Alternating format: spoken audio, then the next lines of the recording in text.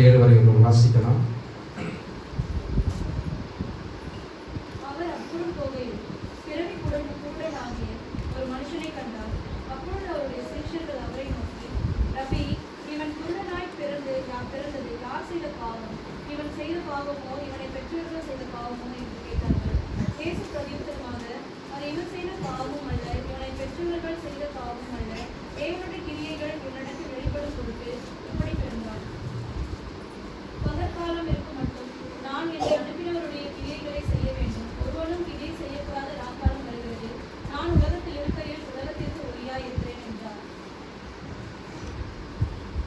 இங்க தேவனானவர் சுகமளிக்கக்கூடிய ஒரு இயேசு கிறிஸ்துவாக இருக்கிறார்.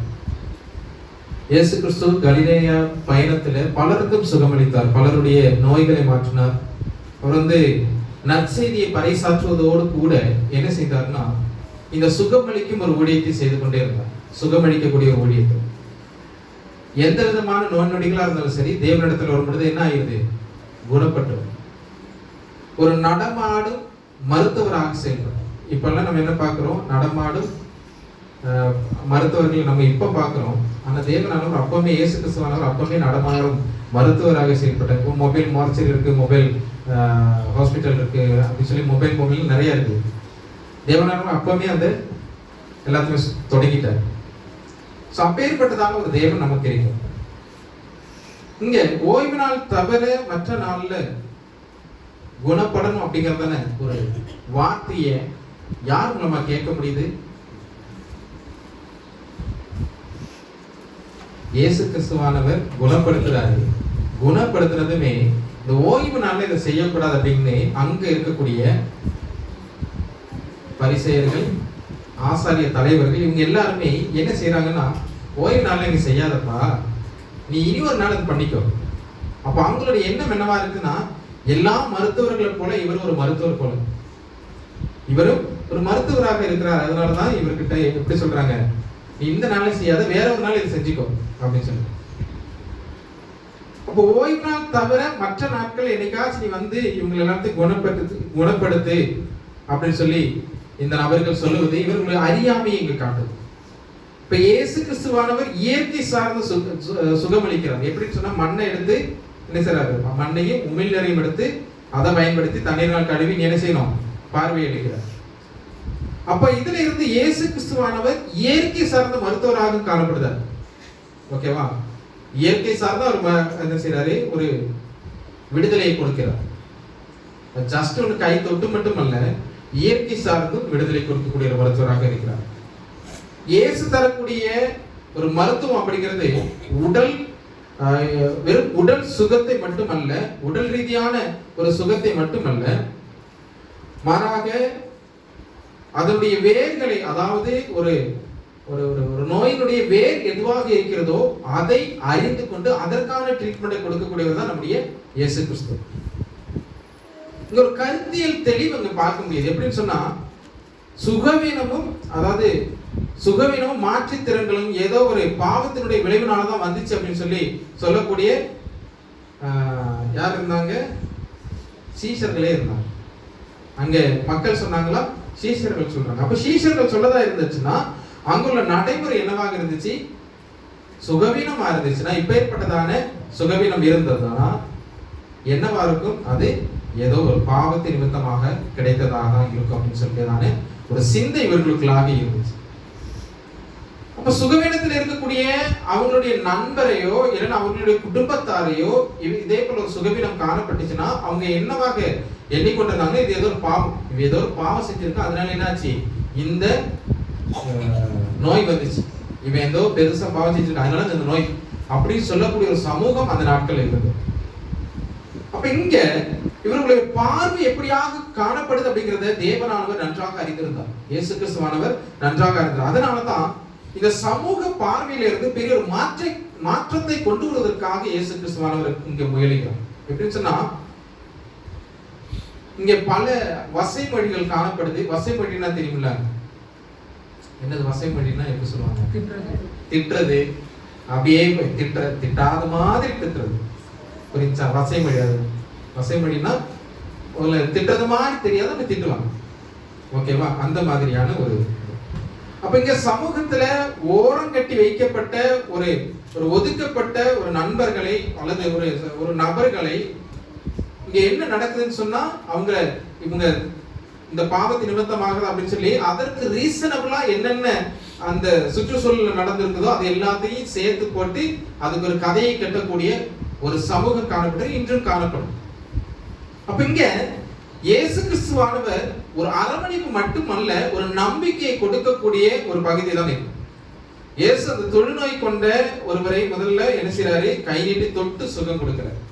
தொழுநோய் கொண்டவங்களை யூதர்கள் தொடவே மாட்டாங்க. யூதர்கள் தொட மாட்டாங்க. ஊர்ல இருந்து விலக்கி வச்சிருவாங்க. அவங்களுக்கு தண்ணி கொடுக்க மாட்டாங்க. அவங்க வரதா இருந்தா, ஊருக்குள்ள வரதா இருந்துச்சுன்னா என்ன நடக்குன்னு சொன்னா, ஒரு ஒரு பெல் மாதிரி அவங்க இது பண்ணணும். நான் இந்த மாதிரி வெளியில வாரேன், நான் வந்து குளத்துல தண்ணீர் எடுக்க வரேன். இப்போ வந்து பொதுவான குளம் வந்து நம்ம திருச்சபைக்கு நடுவில் இருக்குன்னு வச்சுக்கோங்க. அங்கதான் இருக்கிறாங்க அந்த தொழுநோய் உள்ளவங்க, அந்த ஐயோபியில இருக்காங்க வச்சுக்கோங்க. அங்க இருந்து வருதவங்க இங்க உள்ள வராங்கன்னு சொன்னா, இங்க நடமாடிக்கிட்டு இருக்கவங்களுக்கான ஒரு அறிகுறி என்னன்னா, பெல் அடிப்பாங்க. அங்க இருந்து பெல் அடிக்கும் போது நம்ம இங்கெல்லாம் வெளியில் நிக்கணும், உடனே உள்ள போயிருந்துக்கணும். ஸோ அவங்க வந்து தண்ணி எடுத்துட்டு திரும்பி போய் அங்க போய் பெல் அடிக்கும் போது திரும்ப என்ன செய்யணும்? நம்ம வெளியில வரணும். ஸோ அந்த அளவிற்கு ஒதுக்கப்பட்ட ஒரு சமூகத்தில் இருந்தாங்க. ஸோ ஒதுக்கப்பட்ட சமூகம்னு சொன்னா ஒதுக்கப்பட்ட ஒரு நோய் இந்த தொழுநோய். இந்த தொழுநோயை யார் தொட்டு சுகமாக்கிறார்? இயேசு கிறிஸ்துவானவர் தொட்டு சுகமாக்கிறார். அப்ப இங்க ஓய்வு நாள்ல குணப்படுத்தக்கூடிய ஒரு வேலை இல்ல, குணப்படுத்தக்கூடாது அப்படிங்கிறதான சில வார்த்தைகளை சொல்லக்கூடிய ஆசாரியர்களும் சபை போதகர்கள், அது மட்டும் இல்லாம அங்க இருக்கக்கூடிய நபர்கள், அங்க சபையில் இருக்கக்கூடிய மக்கள் இருக்கும் போது இங்க தேவனானவர் அதே தினத்துல சுகம் அளிக்கவும் செய்கிறார். அதே தினத்துல சுகத்தையும் கொடுக்கிறார். 12 வருடமாக இரத்தப்போக்கினால தள்ளப்பட்டு ஒதுக்கி வைக்கப்பட்ட ஒரு நபரை தேவனானவர் என்ன செய்றாருன்னா, ஒரு சமூகத்துல கொண்டு வந்து ஒரு சாட்சியாக நிறுத்துறார். அவன் வாயிலே இருந்த எப்படி சுகம் கிடைத்தது, எப்படி வெளியில வந்தது சொல்லக்கூடிய அளவிற்கு தேவனானவர் பெரிய ஒரு அற்புதத்தை செய்கிறார். தேவனை தொட்டவர்களும் தேவன் தொட்டவர்கள் ஒருபோதும் என்ன ஆனதில்லை? மடிந்து போனதில்லை, சுகம் பெறாமல் இருந்ததல்ல. இங்க ஒரு சமத்துவத்தை தேவனானவர் நிலைநிறுத்துறார். சமத்துவம். சமத்துவம் என்ன? என்னது சமத்துவம்? என்ன என்னடா மணி? சமத்துவம்னா என்ன? அதுலயே இருக்குது. ஈக்குவல். இந்த சமத்துவத்தை வந்து தேவனானவர் உருவாக்குகிறார். இந்த நாட்களில் சமத்துவம் இல்லாத ஒரு இந்தியாவுக்குள்ள தான் நம்ம இருக்கிறோம். ஓகேவா? ஆனா அந்த சமத்துவத்தை தேவனானவர் அப்பவே தொடங்கிட்டார். சமத்துவமா இருக்கணும் அப்படிங்கிறது. ஏன்னா அந்த காலத்திலேயே இப்பேற்பட்டதான தீண்டாமைகள் இருந்துகிட்டே இருந்துச்சு. ஜாதி பேர்ல இருந்தாலும் சரி, நோய்கள் பேர்ல ஏதோ ஒரு பேர்ல தீண்டாமை இருந்துகிட்டே இருந்துச்சு, ஒதுக்கி வைக்கிறது இருந்துகிட்டே இருந்துச்சு. ஆனா தேவனானவர் அதுக்கு எதிரானவர் அப்படிங்கிறத இங்க பார்க்க முடியும். அப்ப இங்க ஒரு நம்பிக்கையை உருவாக்கக்கூடிய தேவனை பார்க்க முடியாது. அது மட்டும் இல்லாம 18 ஆண்டுகளாக சுகவீனமாக இருந்த பெண் ஆபிரகாமின் மகள் அப்படின்னு சொல்றாரு. ஏன் இந்த சமத்துவத்தை சொல்றோம்னு சொன்னா, யூதர்களுக்கு மட்டும்தான் இந்த அங்கீகாரம் இருந்துச்சு. யூதர்கள் மட்டும்தான் இந்த ஒரு வார்த்தையை சொல்லுவாங்க, நாங்கள் ஆபிரகாமுடைய சந்ததிகள், ஆபிரகாமுடைய மகன்கள் அப்படின்னு சொல்லிடுவாங்க பெருமையா. அது மட்டும் இல்லாம இந்த யூதர்கள் என்ன செய்வாங்கன்னா, நாங்கள் விடுதலைக்கு உரியவர்கள் அப்படின்னு சொல்லிடுவாங்க. யூத ஆண்கள் மட்டும் என்ன செய்வாங்க, நாங்க வந்து ஆபிரகாமின் மகன்கள், நாங்க விடுதலைக்கு உரியவர்கள்னு சொல்லிடுவாங்க. பெண்களை சொல்வதற்கு இவங்க என்ன செய்ய மாட்டாங்க, கொண்டு வர மாட்டாங்க. பெண்களை வந்து இல்ல, நீங்களும் ஆபிரகாமின் சந்ததி அல்ல அப்படிங்கிற மாதிரி ஒதுக்கி வைப்பாங்க. ஆனா இங்க தேவனானவர் லூக்கா 13:16 என்ன செய்யறா, அவர் விடுதலைக்கு உரியவர்களும் 18 ஆண்டு சுகவீனமாக இருந்த அந்த மகள் யாரு, ஆபிரகாமின் மகள் அப்படின்னு சொல்லியும் இங்க ஒரு வாக்குத்தத்தத்தை கொடுக்கிறார். அப்ப விருத்த சேதனம் உள்ள ஒரு ஆணுடைய உறவு மூலம் மட்டும்தான் ஆபிரகாமின் வாக்குத்தத்திற்கு பங்கு அப்படின்னு இருந்த அந்த காலகட்டத்துல தேவனானவர் அதற்கு மாறான ஒரு செயலை இங்கு செய்கிறார். இந்த ஒரு சமூகத்தில் ஒரு பெரிய ஒரு எழுச்சியை கொண்டு வருகிறார். விடுதலை வாக்குத்தத்தத்துல பெண்களுக்கு பங்கு உண்டு அப்படிங்கிறதான ஒரு செயலை இங்க தேவனானவர் செய்கிறார்.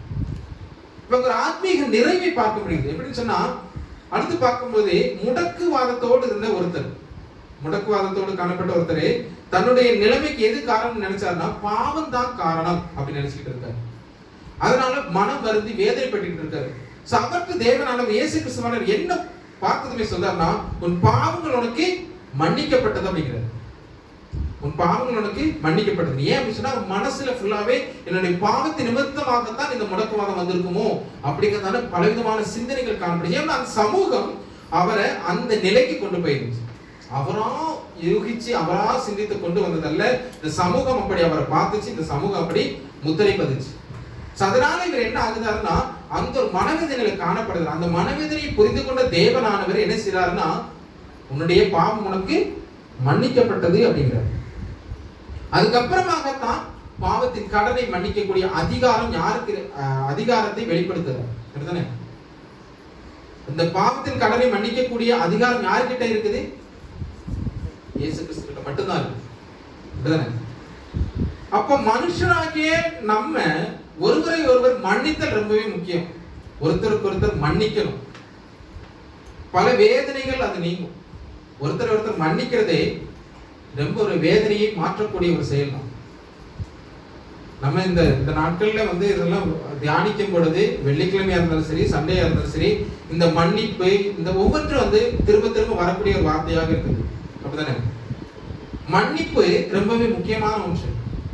கணவன் மனைவி கிட்ட இருந்தாலும் சரி, மனைவி கணவன் கிட்ட இருந்தாலும் சரி, பிள்ளைகள் கிட்ட இருந்தாலும் சரி, சமூகத்திட்ட இருந்தாலும் சரி, எல்லாருக்கிட்ட மன்னிக்க கற்றுக்கொண்டாலே நம்ம கிட்ட பாதி பிரஷர் குறைஞ்சிடும். அப்படிதானே? பாதி நம்ம குணமாயிரும். மன்னிக்க தொடங்கிட்டோம். நம்ம கிட்ட இருக்கக்கூடிய கோபங்கள் மாறிடும், நம்ம கிட்ட இருக்கக்கூடிய பொறாமைகள் மாறிடும், நம்ம கிட்ட இருக்கக்கூடிய எரிச்சல் மாறிடும். இதெல்லாம் மாறி நம்ம என்ன செஞ்சிருவோம்? சமாதான காரணரை உரியவர்களாக நம்ம நடப்போம். மன்னிக்க நம்ம என்ன செய்யணும்? கற்றுக்கொள்ள வேண்டும். கிறிஸ்தவர்களாக நம்ம மன்னிக்க கற்றுக்கொள்ள வேண்டும். அது எப்பேற்பட்டதான செயலாக இருந்தாலும் சரி, மன்னிப்பதற்கு நம்ம கற்றுக்கொள்ளணும். இந்த நாட்கள்ல ஒரு கிருபை பெற்றுக்கொள்வது ரொம்ப ஒரு கடினமான ஒன்றாக இருக்கு. கிருபை நிமித்தமாக நடத்தப்படுவோம். ஆனா மனுஷர்கிட்ட இருந்து ஒரு கிருபையை பெறுவது பெரிய ஒரு கஷ்டமான ஒன்றாக இருக்கு. பவுல் என்ன செய்யறாருன்னா, தன்னுடைய உடல்ல இருக்கக்கூடிய முல்லை அது ரொம்ப வருத்திக்கிட்டே இருக்குது அப்படின்னு சொல்றாரு. ஆண்டவரை வருதி 3 முறை என்ன செய்தாரு? வேண்டிக் கொள்கிறார். ஆனா உடல் சுகம் கிடைச்சிச்சு அவருக்கு. 3 முறை வேண்டியும் உடல் சுகம் கிடைக்கும். அந்த தேவனானவர் என்ன செய்தாரு? அவருக்கு ஒரு நல்ல ஒரு பலத்தை கொடுக்கிறார். அவரை பலத்தினால், அருள் பலத்தினால் நிறைக்கிறார். கிருபையினால் அவரை நிறைக்கிறார். இங்க நம்ம பார்க்கும் பொழுது இந்த நாட்கள்ல மருத்துவம் அப்படிங்கிறது, தேவனானவர் அன்றைய காலங்கள்ல மருத்துவத்தை இலவசமாக செய்தார். அவர்கிட்ட வந்தவங்கள்ட்ட இலவசம், இவர் போனவங்களுக்கு இலவசம். இந்த காலகட்டங்கள்ல மருத்துவம் அப்படிங்கிறது ஒரு வியாபார நோக்கமாக மாறிடுச்சு. மருத்துவம் தற்கால மருத்துவத்திற்கும் இயேசு கிறிஸ்துவானவருடைய மருத்துவத்திற்கும் ரொம்ப டிஃபரன்ஸ் இருக்கு. இப்ப இருக்கக்கூடிய மருத்துவம் பைசா ஃபர்ஸ்ட் அப்படின்னா தான் நெக்ஸ்ட், பாக்கி இல்லை ட்ரீட்மெண்ட் நெக்ஸ்ட். ஆனா இயேசு கிறிஸ்துவானவர் அப்படி இல்லை.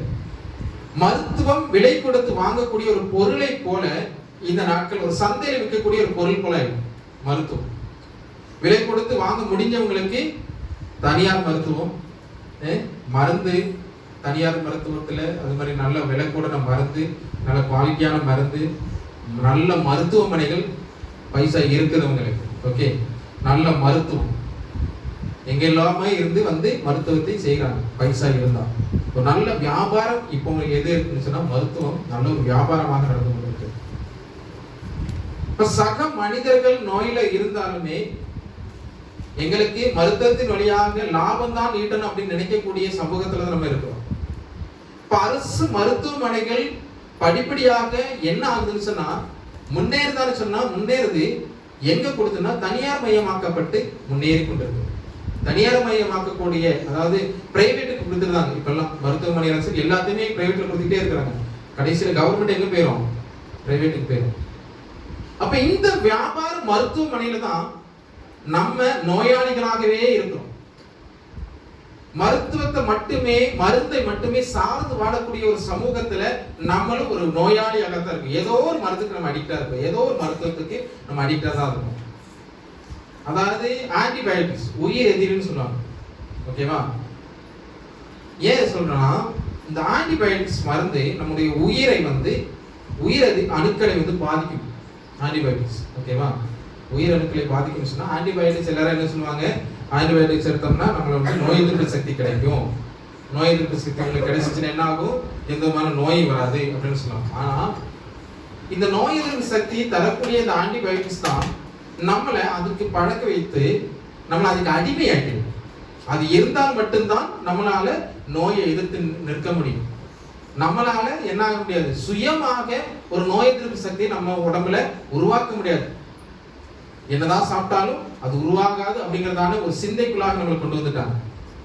மருத்துவ நிறுவனம் என்ன செஞ்சுட்டுன்னா, நல்ல இந்த ஆன்டிபயோட்டிக்ஸ் நல்ல காட்டமாக, அதாவது நல்ல டோஸ் கூட்டி என்ன சொல்லுவாங்க, அதிகமாக, ஆமா, அந்த அந்த வீரியத்தை அதிகமாக்கிருந்தாங்க. ஓகேவா? அந்த வீரியத்தை அதிகமாக்கி நமக்கு தர என்ன ஆகுதுன்னா, நமக்கு ஆட்டோமேட்டிக்கா உருவாகக்கூடிய இந்த நோய் எதிர்ப்பு சக்தி அழிஞ்சு போயிடும், அந்த அணுக்கள் போயிடும். அதுக்கப்புறம் என்ன ஆகுதுன்னு, நம்ம பாடி வந்து ஒரு டேப்லெட்டை எடுத்துக்கிட்டா மட்டும்தான் நம்மளால எந்த ஒரு நோயாக இருந்தாலும், ஜலதோஷமாக இருந்தாலும், இருமலாக இருந்தாலும், தலைவேதனையாக இருந்தாலும், ஏதாவது ஒரு டோலை போட இல்லைன்னா ஏதோ ஒரு ஆன்டிபயோட்டிக்ஸ் எடுத்து போட்டா மட்டும்தான் மாறும் அப்படிங்கிறதால கட்டாயத்துக்குள்ளாக நம்மளை என்ன செஞ்சுட்டாங்க, கொண்டு வந்துட்டாங்க. இது கொண்டு வந்தது யாரு? நம்மளை கொண்டு வந்தது மருத்துவமனைகள். அந்த மாதிரியான ஒரு சிந்தைக்குள்ளாக கொண்டு வந்துட்டாங்க. சின்ன ஒரு காயமா இருந்தாலும் உடனே ஆஸ்பத்திரியில போய் தான் என்ன செய்யணும், ட்ரீட்மெண்ட் பார்க்கணுங்கிறதான நிலைமைக்கு நம்மளை கொண்டு வந்துட்டாங்க. முன்னாடி எல்லாம் சும்மா கிரிக்கெட் எல்லாம் விளையாண்டுட்டு இருக்கும்போது என்ன நடக்கும்னா, கீழே உள்ளது எப்படி எல்லாம் நடக்கும், கையில காயம்லாம் படும். அப்ப என்ன நடக்கும்னா, எங்க ஏரியாவில் நிறைய செடிகள், அதுல சில செடி இருக்குது, அந்த செடி சும்மா அதை எடுத்துட்டு கீழே ராவிட்டு அதை தடவி விட்டுரும். சும்மா தடவி விட்டுரும். தடவும் போது ஒரு மாதிரி சுருன்னு பயங்கரமா எரியும். ஆனால் கொஞ்ச நேரம் கழிச்சு அது மாறிடும். ஆனால் அந்த எரியிற நேரத்தில் மட்டும்தான் இருக்குது. அதுக்கப்புறம் எங்களுக்கு அதை நாங்கள் கவனிக்கவே மாட்டோம். அப்படி நாங்கள் விளையாடுவோம், அது வெயிலில் நடப்போம், விளையாடுவோம். ஆனால் என்ன ஆகும்னு சொன்னால், ஈவினிங் முன்னாடி அந்த ஏரியா வந்துட்டு அந்த காயப்பட்ட ஏரியா கருத்து இப்போல்லாம் வந்து மருந்து போட்டு 2-3 நாள் ஆனால் மட்டும்தான் என்ன ஆகுது, கருப்பு அடிச்சு அந்த இது ஸ்கின் எல்லாம் இதாகுது. அப்போ அப்படி இல்லை. ஸோ இப்பேற்பட்டதான ஒரு சமூகத்தில் இருந்து, இப்பேற்பட்டதான ஒரு வாழ்நிலையிலிருந்து நம்மளை எங்கே கொண்டு வந்திருக்காங்க, மருந்து இருந்தாதான் நடக்கும் அப்படின்னு சொல்லி. காலு தட்டினா கூட, கால் உழுக்குனா கூட எங்க போக வேண்டியதா இருக்குது. சும்மா முன்னாடி எல்லாம் தும்மல் வந்துச்சுன்னா என்ன செய்வாங்கன்னா, யாரோ உங்களை நினைக்கிறாங்கன்னு சொல்லுவாங்க. இப்ப அப்படி தும்மல் போய் பார்த்துரு டாக்டர், ஏதோ ஒண்ணு இருக்கு, உனக்கு அலர்ஜி ஏதோ இருக்கு, பயங்கரமா அலர்ஜி இருக்கு, நீ போய் பார்த்துட்டு. நார்மலா தும்மல் எதனால வரும், தும்மல் எதனால வரும்னா, நமக்கு டஸ்ட்னு மட்டும் இல்லை, ஆக்சிஜனுக்குள்ள வந்து நமக்கு நேச்சுரலாக கிடைக்கக்கூடிய ஆக்சிஜன் நமக்கு வந்து கொஞ்சம் கம்மியாக கிடைக்குதுன்னு சொன்னால், நம்மளோட சுவாசிக்கக்கூடிய உள்ள வந்துட்டு ஏதோ பொடி வந்துட்டு இதாகும். அந்த ஆக்சிஜன் வந்து என்ன ஆகுதுன்னா, நமக்கு ப்ராப்பராக நம்மளால சுவாசிக்க முடியல அப்படிங்கிறது. தும்மல் என்ன செய்யும்னா, அதை வந்து ஃப்ரீ ஆகுது, அந்த ஏர் ஹோலை வந்துட்டு ஃப்ரீ ஆகுது, நம்ம நல்லா சுவாசிக்கிறது. ஆனால் இதை நம்ம எப்படி எடுத்துக்கிட்டோம்னா, ஏதோ பெரிய ஒரு நோயை நடத்தி எடுத்துக்கிட்டோம். இப்போ இப்போ மருத்துவமனையை பார்த்துக்கிட்டோம்னா, மருத்துவமனைக்கு நீங்க போகும்போது சிலர்லாம் பேக் போட்டு இருப்பாங்க, பார்த்துருக்கீங்களா? பேக் போட்டுன்னா மருத்துவமனைக்கு வருதவங்க வந்து டேப்லெட் கொண்டு வரக்கூடியவங்க இருப்பாங்க. அதுதானே, டேப்லெட் கொண்டு வரக்கூடியவங்க எப்படி பேசுவாங்கன்னா டாக்டர்ஸ் கிட்ட, ஏன்னா இது என் முன்னாடி வச்சு நடந்திருக்கு, நான் ட்ரீட்மெண்ட்ல இருக்கும்போது மெடிக்கல் இருக்கு. அவங்க என்ன செய்வாங்கன்னா, சார் இந்த மாசம் இந்த டேப்லெட்டை கொஞ்சம் எப்படியாவது நீங்க சேல்ஸ் பண்ணி தரணும். அது எப்படியாவது சேல்ஸ் பண்ணி தரணுங்கிறது என்னன்னா, இதை கூடுதலா வித்துத்தாங்க, இந்த பிராண்டை கூடுதலா எல்லாருக்கும் எழுதி கொடுங்க, உங்களுக்கு என்ன செய்யணும் செஞ்சு தரேன் அப்படின்னா. ஸோ அந்த டாக்டர் சொல்வாரு, இது ஆல்ரெடி என்கிட்ட நிறைய பேர் தந்திருக்காங்கப்பா, நீ வேற இந்த பிராண்டை தர, இது தெரியவே செய்யாது யாருக்கும், இதை எப்படி இது பண்ண சார், பார்த்து பண்ணிக்கலாம் சார் அப்படிப்பாங்க.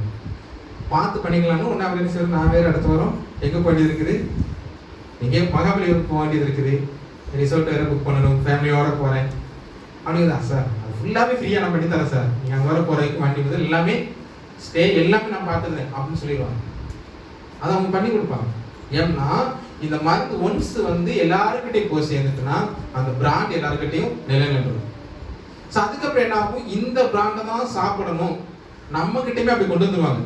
நம்மளை எப்படி மாற்றிடுவாங்கன்னா, தலைவேதனைக்கு ஒரு மாத்திரை இருக்கும், ஆனால் ஒரு டாக்டர் நமக்கு எழுதி தந்துருப்பாரு, இந்த பிராண்டை தவிர சாப்பிட்றாங்க, சாப்பிட்டீங்கன்னா போயிருவீங்க அப்படின்வாங்க.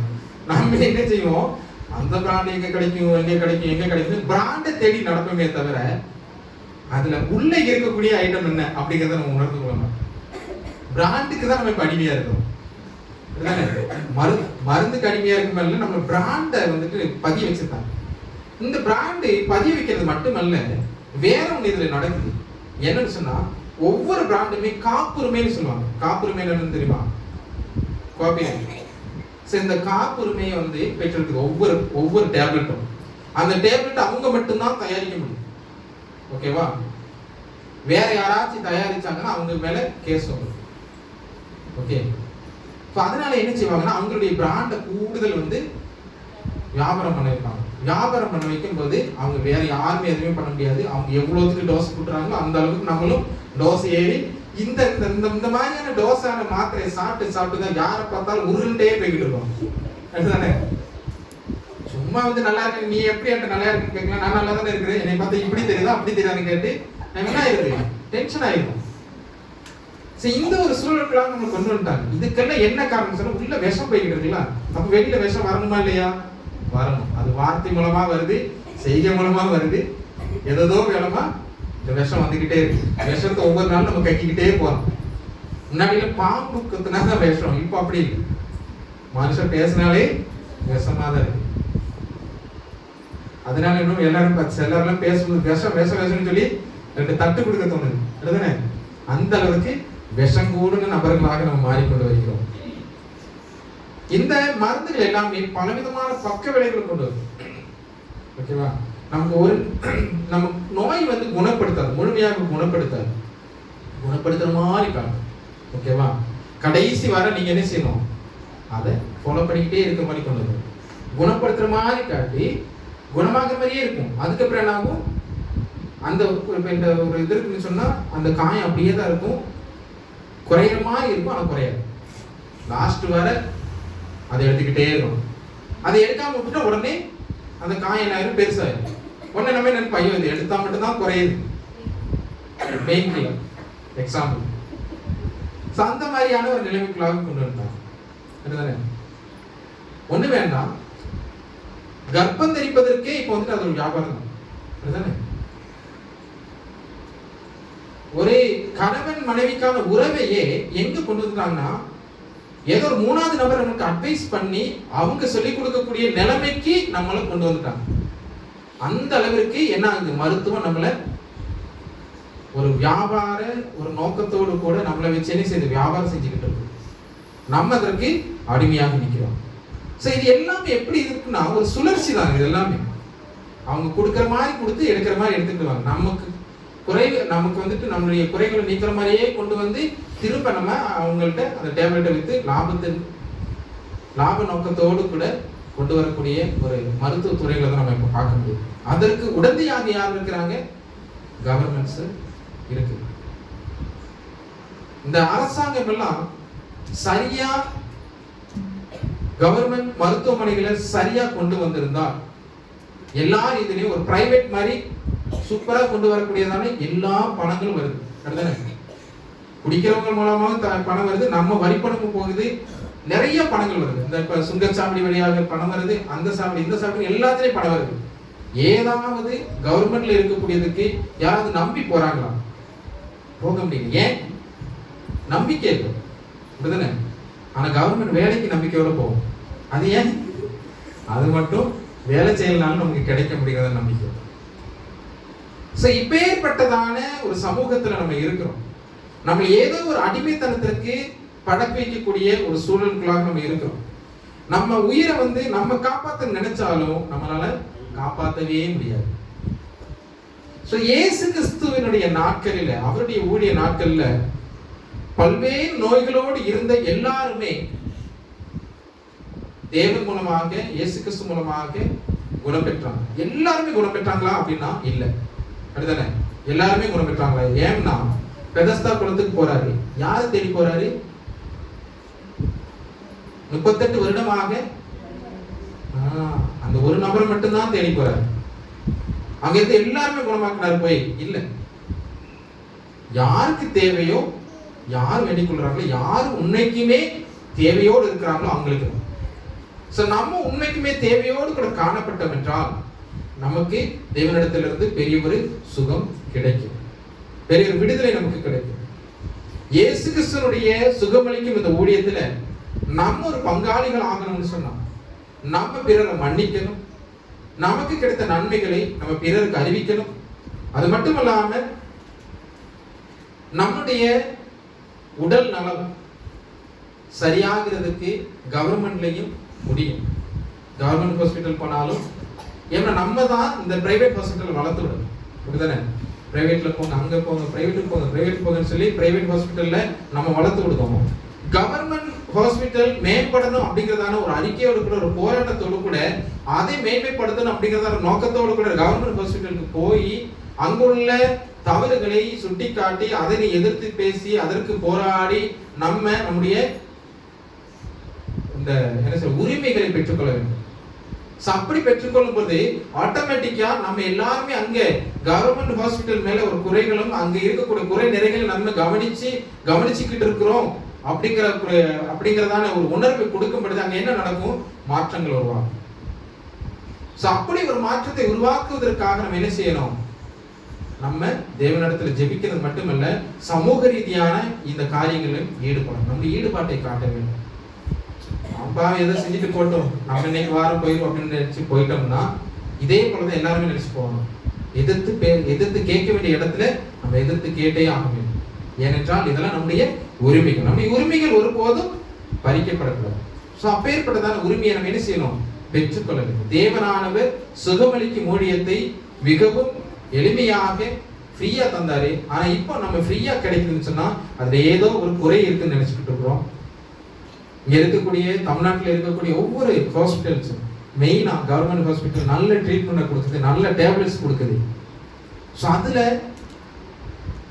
போய் நம்ம பயன்பெறதை விட பெறணும் அப்படிங்கிறது என்னுடைய நிலைப்பாடு. உங்களுடைய நிலைப்பாடு என்ன தெரியல, என்னுடைய நிலைப்பாடு அது. ஏன்னா கவர்மெண்ட் ஹாஸ்பிட்டல் இங்க ப்ராப்பரா நடக்கிறது மட்டுமல்ல, சில குறைகள் இருக்குது, குறைகள் கண்டிப்பா இருக்குது. ஆனா அங்க கொடுக்கக்கூடிய டேப்லெட்டா இருந்தாலும் சரி, அங்க இருக்கக்கூடிய மருத்துவர்களா இருந்தாலும் சரி, எல்லாமே மேன்மையுள்ளதாக இருக்கிறது. அதை நம்ம உபயோகப்படுத்த தொடங்கி அதோட நன்மைகளை ஒரு முறை அறிந்து கொண்டோம் என்றால் நம்ம பிரைவேட் ஹாஸ்பிட்டல் தனியார் மருத்துவமனையில வளர மாட்டோம். ஃப்ரீயா இருக்கிறதுக்கு இடத்துல போய் நம்ம அந்த நன்மைகளை பெற்றுக்கொள்வோம். அப்பேற்பட்டதான ஒரு ஞானத்தோடு கூட செயல்படுவோம். சுகமளிக்கும் ஊழியத்துல நம்மளும் பங்கு பெறுவோம், நாமும் சுகத்தை பெற்றுக்கொள்வோம். தேவனானவர் தானே இந்த வார்த்தையின் வழியாக ஒவ்வொருவரையும் ஆசீர்வதிப்பாராக. நாம் ஞாபகம் இருக்கலாம். ஜெபிப்போம்.